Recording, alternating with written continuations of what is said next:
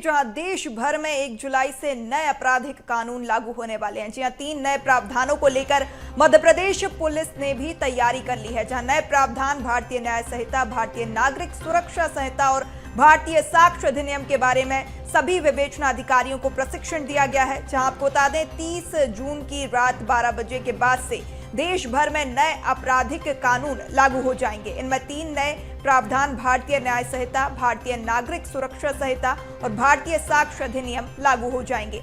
DGP Sudhir Saxena ने video conferencing के जरिए तैयारियों की समीक्षा की है।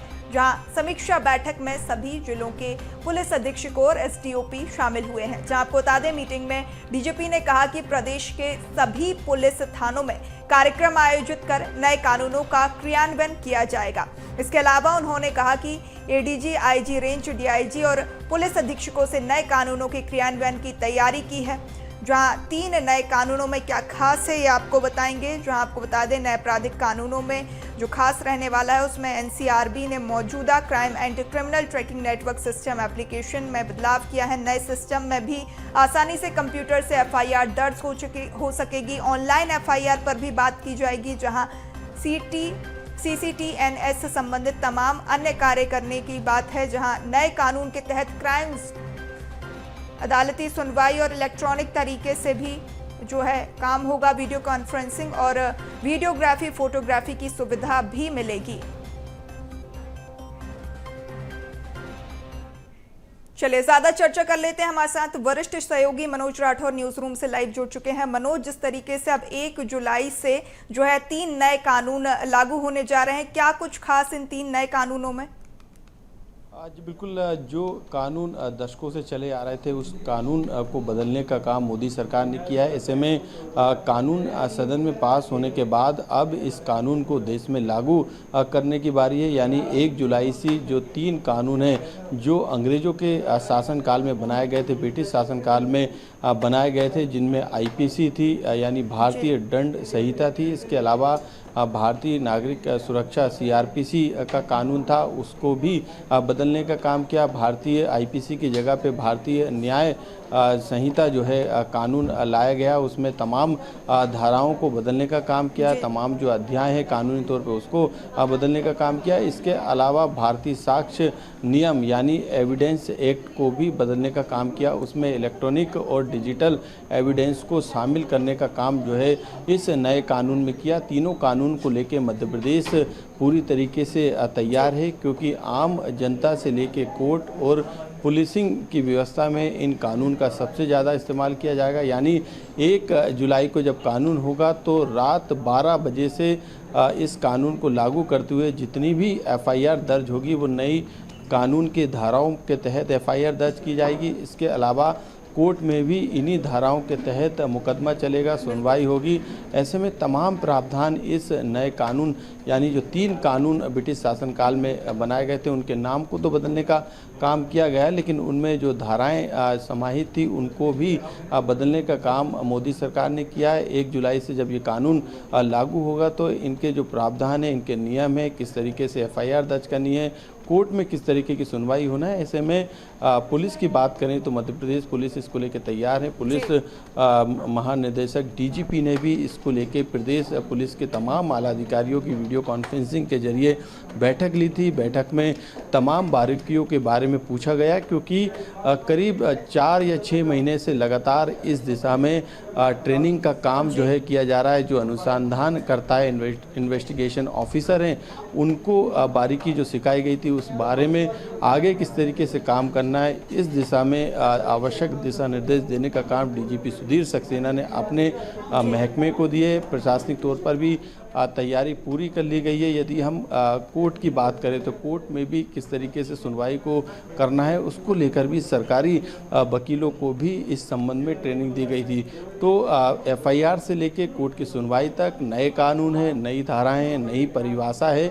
ऐसे में जो बदलाव हुए हैं उस संबंध में जानकारी, ट्रेनिंग जो है प्रशासनिक तौर पे सरकार की तरफ से, शासन की तरफ से दी गई, ताकि नए कानून के तहत काम हो सके।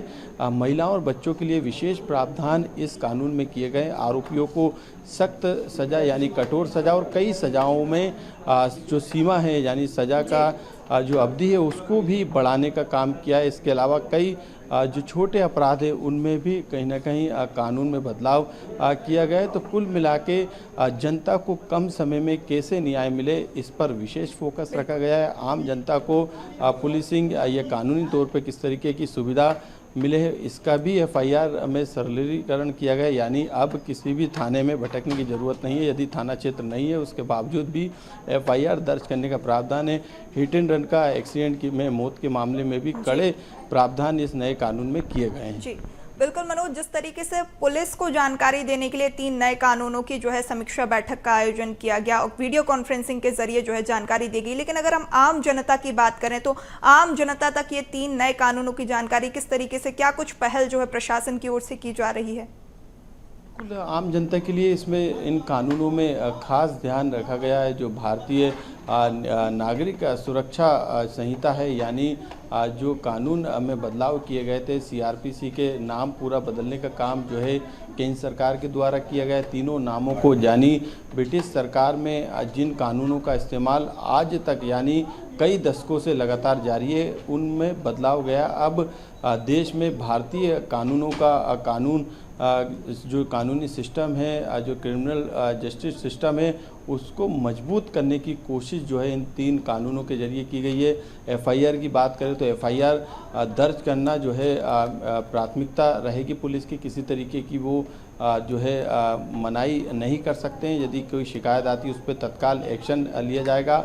कोर्ट में जो सुनवाई होगी उसमें 30 दिन का प्रावधान था प्रोग्रेस रिपोर्ट देने का, लेकिन अब 90 दिन में जो है फैसले के साथ तमाम जो नए प्रावधान किए गए, चाहे प्रोग्रेस रिपोर्ट देने को हो या फिर मेडिकल रिपोर्ट की बात हो या फिर जो आपराधिक समय सीमा है उसके अनुसार फॉरेंसिक जांच को लेकर भी बढ़ावा इस नए कानून में दिया गया है। तो किस तरीके से आम जनता को जल्द न्याय मिले, उन्हें सही न्याय मिले, उनके साथ अन्याय ना हो।